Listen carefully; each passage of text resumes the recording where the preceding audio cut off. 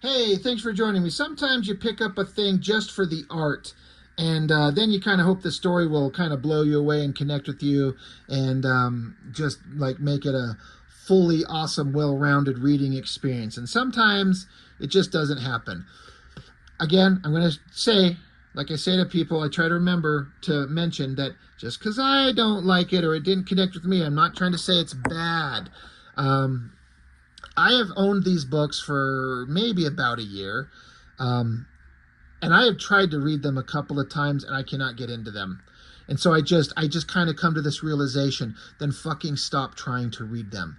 Like I can do the channel without having I'm not trying to be like a historian of comic book culture and stories and art. I'm just here to kind of talk about them, just as if we were to like run into each other at a comic shop and just start talking comics and stuff, and just talking about what do we like and what do we dislike, and it didn't work for me but I like this or whatever.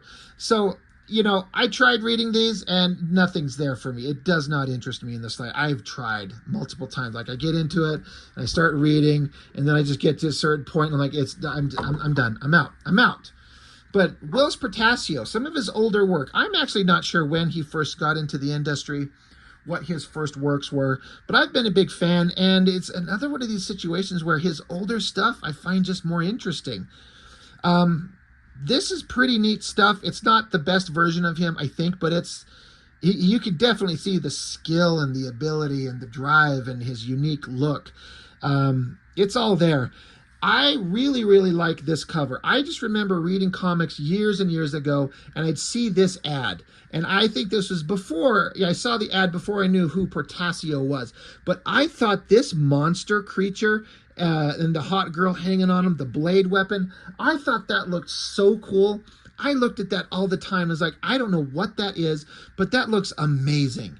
And from what I could gather from in the story, I'm like, the visual imagery does not kind of connect with the story that was presented. Like the character, I think it's a human that becomes this creature, and so he talks like a regular guy. Like this should be like a god being, I don't know, or some kind of demon monster. The visuals just kind of demand that it's something different than what kind of the dialogue and the pacing in the story kind of seem to present. But again, I am saying I tried to read this, but I couldn't. So I read kind of bits and pieces and it was done. All that to say, I think that cover looks amazing.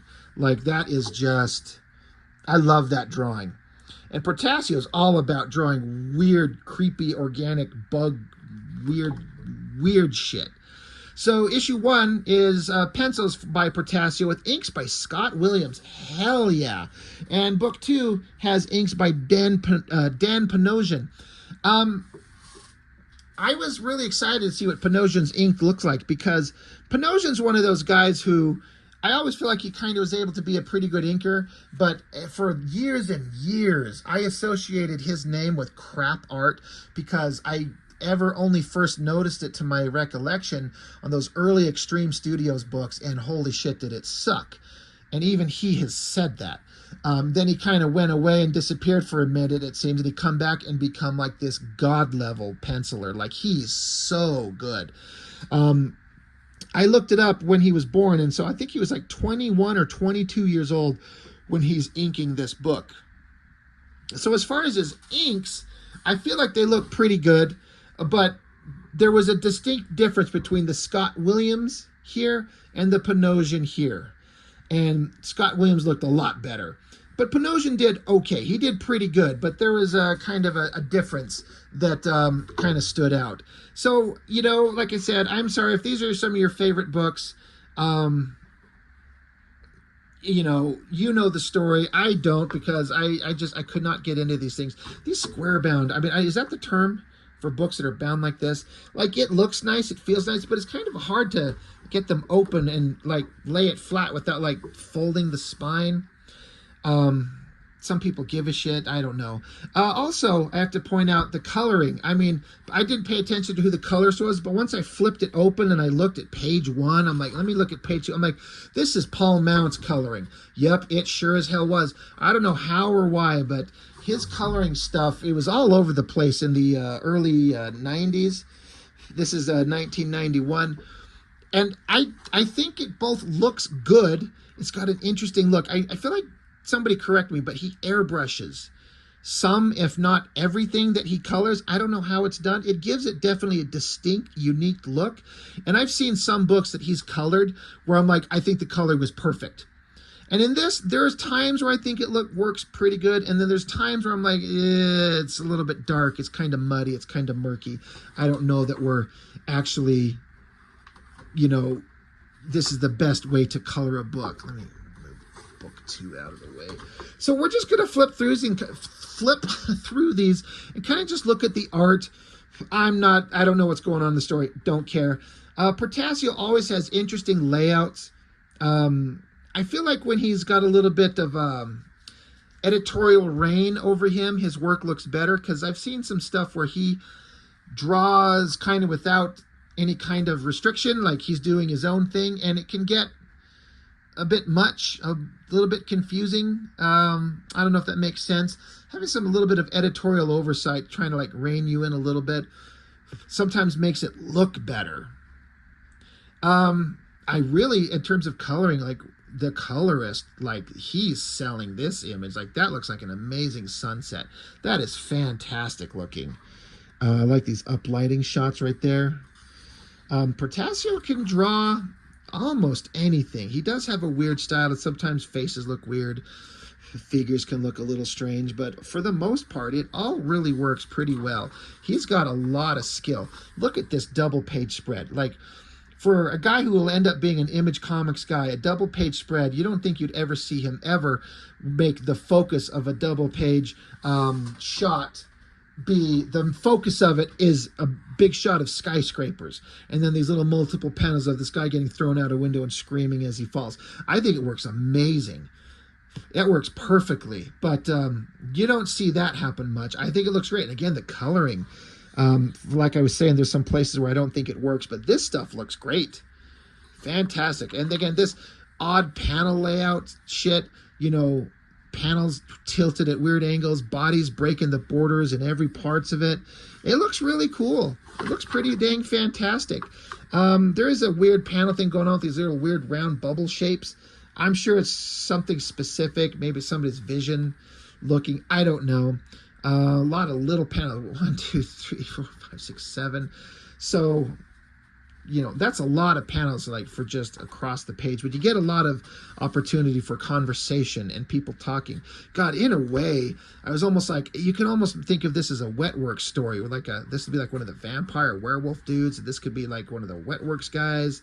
Like, you could see hints of shit to come in just a couple of years. Again, interesting page layouts. I'm not sure what the reason with the big thick border on the top and bottom is. I don't mind it. It's interesting design. It works.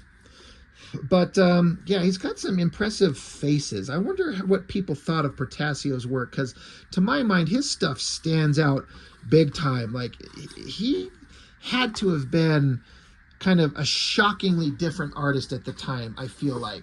That absolutely looks like one of those guys, like this is going to be one of those Image Comics guys. You can just look at it and go, this is going to be a guy that's got this flashy style. But I don't know, there's something really different and really awesome about it. Like, I love the shadows on that face there.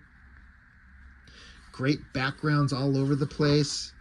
But man, there's just this is where I was just getting lost in the story. It's just like a lot of build up and talking and build up and talking and build up and talking. And you know, comics don't always have to be punch, punch, punch, fight, punch, talk, stare, punch, punch, fight, talk, stare. Believe me, you can go the other direction too far, but it's just a balancing act, and it's just personal taste. Get into some action here. All really well drawn. Some interesting, again, more interesting page layouts with the weird panel shapes, heavy, big negative space. Line work is fantastic, of course, with Scott Williams inking it. Interesting panel designs going on through here. Yeah. And then, good Lord, what the hell kind of weird bug monster is that exploding? It looks like it's coming off the kitchen table. Don't know what that is, but it looks like something that's right up the kind of interest of Portacio. He likes to draw weird creatures. And that is a weird, gross bug thing. Don't know what it is. But then this guy, I know, I didn't read it. This guy, he reaches into the void and he gets black goo on his hands and it forms and he becomes this demon thing that was on the cover. That's a great cover. That is a great shot. But he's saying, it's dead, Ma. So whoever this human dude was, just hearing that kind of dialogue come out of this creature, it kind of just deflates it. It's a little weird to me. I don't know what it is. I don't know what's going on. Like I said, I didn't read it, so I can't really be too critical on anything. But what a weird design for this guy. Weird, creepy. This is looking like some big Image Comics type Whilce Portacio imagery here. The big panels, great headshot. Well, that's a tough angle to draw. Weird little cat creature eating a mouse. So yeah, I mean, what can I say? Lots of great details, lots of great backgrounds. An exterior apartment building, inside on a bed, waking up. You got the mattress, you got the backgrounds, you got like drawers and tables in front of them with weird, looks like a fucking weird bra thing hanging on there. Hot girl floating in the air. That face looks really beautiful, really well drawn. I really like it when Scott Williams inks Portacio. It looks fantastic. Great backgrounds. Again, the street shots of these buildings. Like, I'm just amazed how some of these artists back in the day learned to draw buildings when you don't have access to the internet on your phone like we do. You know, I'm just like, what the hell did you do? How would you just go out? Like, what if you didn't live in a city? Just like look at movies and magazines and just try to learn to see what buildings look like. Like, what a struggle. Big double page spread of some weird monster thing. That almost looks like a heavy metal version of Fin Fang Foom. I'm assuming that's not him. I don't know. So that's book one. Again, just flipping through it for the art. But yeah, once I got into this one, it was this one where I felt the coloring got a little bit darker and murkier in some places, and it's still Paul Mounts. And Panosian's inks, like, they look pretty dang good for the most part all over the place, but looking at it, you probably can't tell from the what you can see through the camera here, but looking at it for me, I'm like, yeah, I can see a difference in the quality of the ink line. It's still good. It's no disrespect meant to him, like a 21-year-old kid slinging ink on top of Portacio on a big, like, prestige format book. I don't know if that's the right terminology. Like, these are thick books. Like, there's a lot of pages. Portacio put in a lot of work on these, and I don't feel like he ever really skimped on anything. Like, he put in the work. Yeah, there's heavy metal Fin Fang Foom, whatever the hell he is. That's an interesting creature. Portacio could draw anything. Jeeps, trucks, technology. There's like Portacio weird layouts, weird panel shapes, negative space. Like, that looks awesome. I wonder how he kind of indicated to the inker, like, do just a big blood splatter. Like, you can't pencil that shit in. You basically probably have to write, do an ink blood splatter and kind of indicate how far it goes out. And then I'm guessing Panosian, he had to mask off all these panels and just start flicking ink out there everywhere. I mean, I bet it would be kind of fun. It's kind of messy. You get ink all over your table and shit unless you mask everything off. But yeah, the line work is just a little bit rougher. It's not quite as polished. The layouts are all Portacio. I love this background, these brush strokes, weird panel shapes. Like, I think this stuff looks really neat. It gives it a neat visual language that not a lot of big-time artists seem to do. I like that Portacio, you know, gets experimental and does stuff like this. It's neat. I really dig it. I think it's valid. Some people are like, well, it reduces the amount of stuff he has to draw. Maybe. There's artistic choices and tricks and tips that you can do to make you get through a page easier. I mean, they're obviously in some kind of, like, magical realm, so there's no need to put, like, big elaborate backgrounds of inner apartment building details and chairs and tables and cups and plates and shit. You know, it's all fits the story. And Portacio has demonstrated that he can draw anything. How about this shot of the inside of a car? You got the door frame, the steering wheel, turn signals, gear shifters, the dashboard, rear lights. Some artists can't draw that shit. And not Not that they won't, it's that they can't. We all know who I'm talking about. Portacio can do it all, but then, yeah, you find ways to kind of like, you got to get through pages, you got to get them in. So, you know, you start just eliminating backgrounds, do some designy stuff with negative space in your pages. Why not? That giant monster shot is pretty epic. But yeah, there's a lot of back and forth talking. I just was out of this. That looks like a very Portacio thing. I love it. Just why not? Eliminate all the background, negative space, a little hint of ground, and lets you kind of shine with the figure standing there. And it's just kind of it's a pretty good figure. It's not super amazing, but it's pretty good. It stands out. You know, it looks pretty damn awesome. I like that shot right there. It's not just because it's like a naked woman body. I mean, well, okay, yeah, it is. But the energy, the fire, the coloring, heavy metal Fin Fang Foom, he's awesome. Whatever the hell's going on. Another great double page spread. Colorful. You know, it's a little dark and murky through here a little bit with the coloring. Anyway, yeah, I just kind of said everything. I just kind of get into repeat here. It's just all about Portacio's layouts and his fun drawings and weird creatures and monsters. It all looks pretty dang good. Yeah, nothing much more to add. I don't know what the hell's going on there. It's interesting. It's colorful. It's dynamic. This woman, I think she's lying here and she's pregnant. And so they stab into her guts and pull out a monster. That's weird. Did she get down? Did she hook up with the giant monster thing? I mean, why not? Anyway, let's just zip through these. It's done. It's over. That's a pretty good shot. That looks like that was fun to draw and probably fun to ink. Not super complicated, like perspective lines and backgrounds, just organic inking, line work and stuff like that. That looks like it's fun. So Panosian, you know, like, again, no disrespect to him. I'm sure he'd probably agree. I mean, he seems like he's pretty honest up front. You know, he's in his mid to late 50s at this point. And like I said, I looked up from when this was published and when he was like a 21 or 22-year-old kid inking. He did a pretty dang good job.